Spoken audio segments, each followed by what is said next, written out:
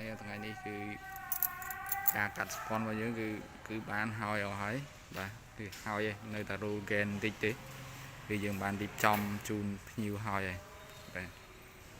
នេះស្ពាន់បាទគឺធំមកបងប្អូនគឺ8ហ៊ុន8ហ៊ុន6លីនេះស្ពាន់នេះបាទសម្រាប់នៃការដាល់ស្ពាន់កាលពីវីដេអូមុនខ្ញុំអត់បាននេះទេខ្ញុំបានតន់កាត់ហើយចឹងទាំងអស់ទេនៅបាទចឹងពេលហ្នឹងយើងកាត់ហើយបងប្អូនបាទវាអាចទស្សនាមើលបានអាចតម្លើងប៉ុណ្ណេះគឺដូចតែរួចរាល់ទេអានេះអិនបងប្អូនអិននៅខាងក្រោមនេះយើងបានចាប់រួចរាល់ហើយការកាត់ឌីសង្ទ័រទួលមុខគ្នាអញ្ចឹងគឺយើងដើរស្ពាន់គឺចំគ្នាដែរបងប្អូនគឺ A ចំ A C ចំ C អញ្ចឹងណា B ចំ B អញ្ចឹងទៅហើយនេះហើយគឺការដើរស្ពាន់មេរបស់ក្រុមការងាររបស់យើងខ្ញុំគឺបានរួចរាល់ដែរហើយគឺអានេះគឺ6ដោយសារតែបើសិនជាយើងដាក់8វាធំពេកអញ្ចឹងយើងដាក់អានេះធំអានេះទូចអានេះអញ្ចឹងណាយើងក៏រៀបចំអានេះគឺការដើរ City ក៏យើងដើរហើយដែរ City យើងដើរហើយដែររៀបចំដើរ City គឺ ABC អីហ្នឹងគឺយើងដើរនិយាយរួមទៅគូក្បាល control ហ្នឹងវាគឺយើងដើររួចរាល់អស់ហើយដែរអត់មានអីទេវានេះបាទនេះភុយ10 relay អីក៏យើងដើររួចរាល់ហើយអស់ដែរចំពោះភុយ10លើហ្នឹងគឺ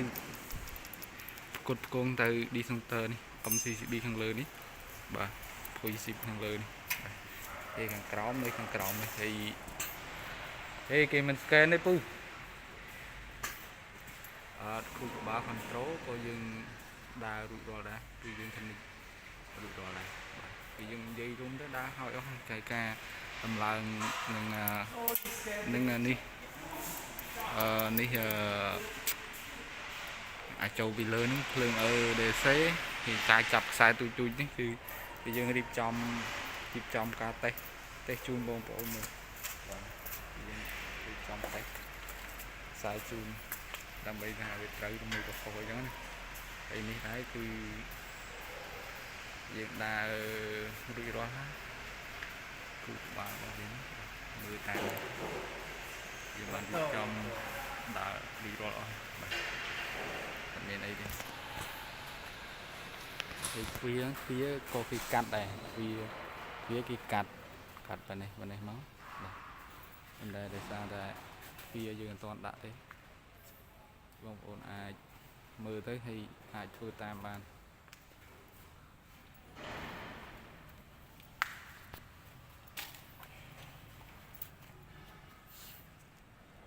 ខាងក្រោមនោះភ្លើងម៉ាស៊ីនបាទភ្លើងម៉ាស៊ីនដែលយើងកណិចទៅភ្លើងម៉ាស៊ីន